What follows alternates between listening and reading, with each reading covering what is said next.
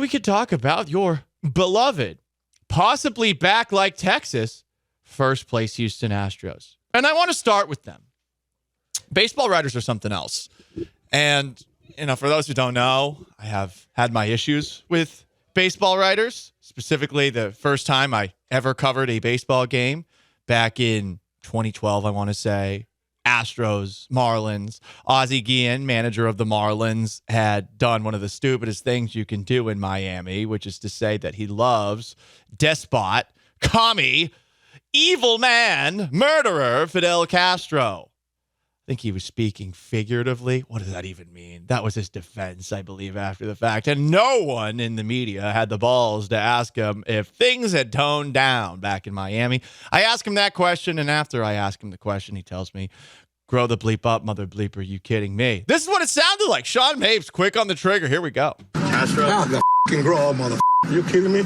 So after that happened, I go up into the press box, and a baseball writer by the name of Richard Justice dressed me down. I thought he was baseball security because he was wearing a polo that had the MLB logo on it, and asked me, like, oh, you're just trying to make a name for yourself. It's like, no, I got paid $12 to be here for 1 hour, and I figured I don't know, make it worth the Texans' flagship's while, because there was a game between two fourth-place teams, and I was covering the pregame for it. Jesus, what are we doing here? But I'm not a big fan of baseball writers, and I know a lot of you guys have your issues with the Athletics. Chandler Rome, who covers the Astros on a daily basis. You have issues with Jeff Passan from ESPN, and you probably have issues with Buster Olney and a lot of other guys as well. But I'm curious how you're feeling today after this big article was dropped. One of those articles that I even got a push notification for. I wondered why I got a push notification from ESPN. Typically, I only get push notifications for WNBA news. I haven't volunteered or opted into that. That just seems to be the only time that ESPN sends out push notifications. Deaths and WNBA news. But this is something I got a push notification for. An incredibly bold article, an incredibly bold headline. A man with more stones than me, a man who said that the Astros are probably not going to win the World Series earlier this week. Buster Olney, clackers on the table with this headline. Astros will be tough to beat in October if they get there. And I mean, that's how you get on First Take. That's how you get on with Stephen A. Smith. That is the kind of analysis that we want from a baseball writer. But the article is actually pretty interesting. Olney makes a comparison of the Houston Astros with the late 2000s. Actually, check that, was it? The late 90s/2000 New York Yankees.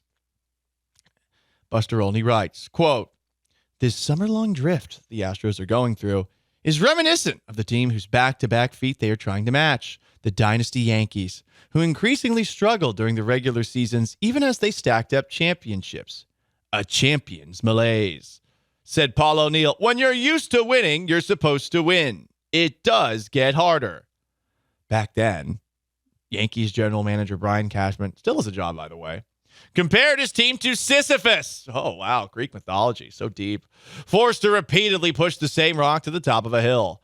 The Yankees of 96 to 2001 played in the World Series 5 times in 6 years, and by 1999 and 2000, their collective attention span seemed to ebb as they played.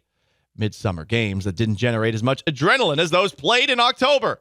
The 2023 Houston Astros might be having a similar experience as Mike Stanton, who you see sometimes on the AT&T Sportsnet broadcast, a guy who played for those late 90, early 2000 New York Yankees, saying, it's human nature. After winning the World Series in 98 and 99, continued Buster Olney, the Yankees all but collapsed at the end of the 2000 regular season, losing 15 of their last 18. They finally clinched the division.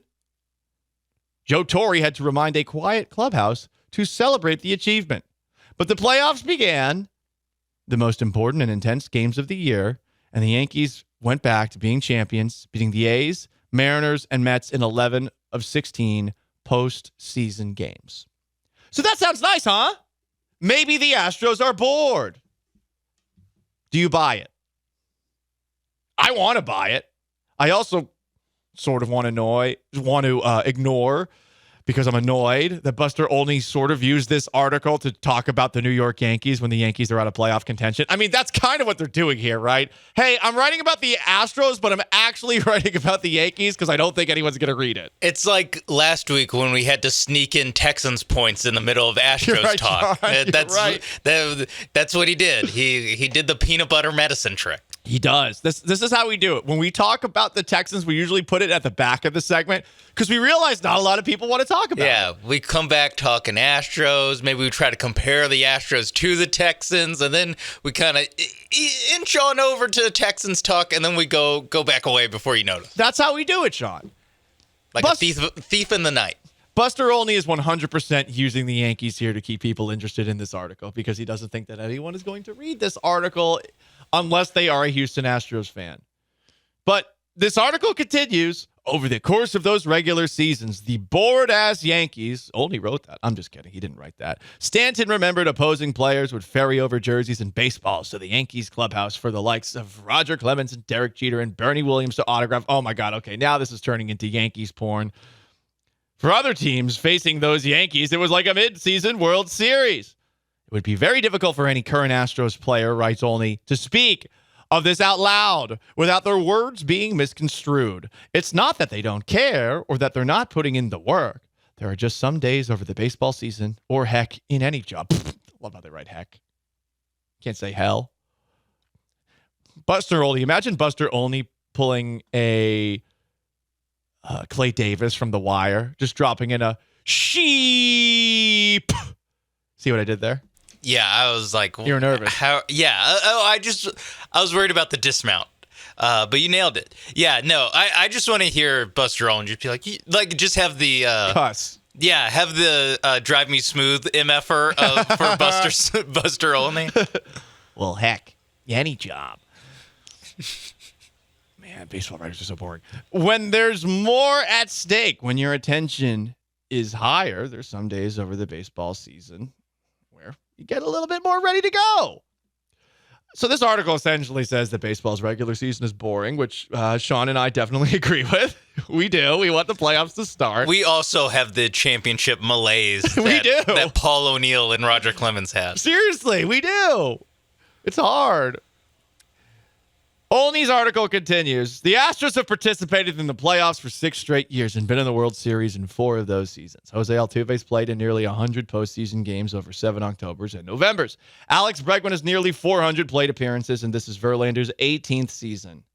If they make the playoffs, it'll be his 10th trip to the playoffs. All of that playoff experience can become a weapon. Games in which other less accomplished players might not be nearly as comfortable means that the Astros could be the team to beat, which goes back to Buster Olney's bold headline, bold take. Astros will be tough to beat in October if they get there. It's a good take. You know what? I like the idea that the Astros are bored, Sean. This is definitely the one thing that we can spin in a year where the pitching has not been as good, where the fielding has not been as good, where the base running has not been as good, where the offense is actually better. This is something I think that you could point at and say, yeah, they're just bored. Now, how much longer we can do that, I honestly don't know. Please sweep the Royals. Just sweep the Royals. It shouldn't be that hard. I get it. You're playing at home. You're stuck at home with your family or something, like a lot of people on the Twitch constantly blame for their issues at home. They're not playing in the Astrodome like we suggested. Okay. Oh, no, they're not? They're a mistake, Sean. They decided not to? They decided not to play in the Astrodome. You know, they want people to come in the gates, pay for those seats in the Crawford boxes, and to pay for their $400 El Tiempo margaritas in center field with a line that's honestly a lot slower than it needs to be. Not enough people are working there. Why are people not getting the frozen kind? That's a better kind. More alcohol for your buck. Whatever. It's fine. Bring it back. They want people to go to the stadium. But you guys got to actually show up.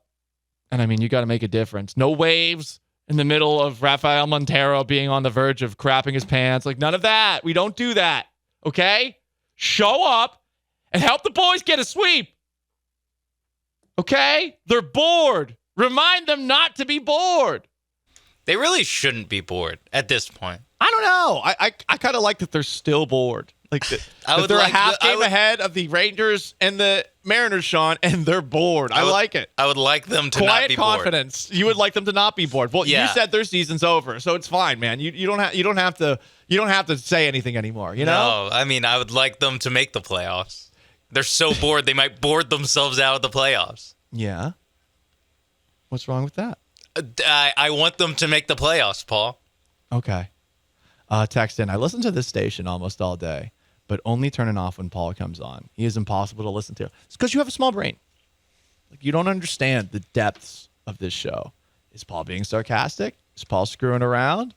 What's going on? Have you tried watching on Twitch so you can Oh, it's even better. peep the shirt? Oh, the shirt. F's.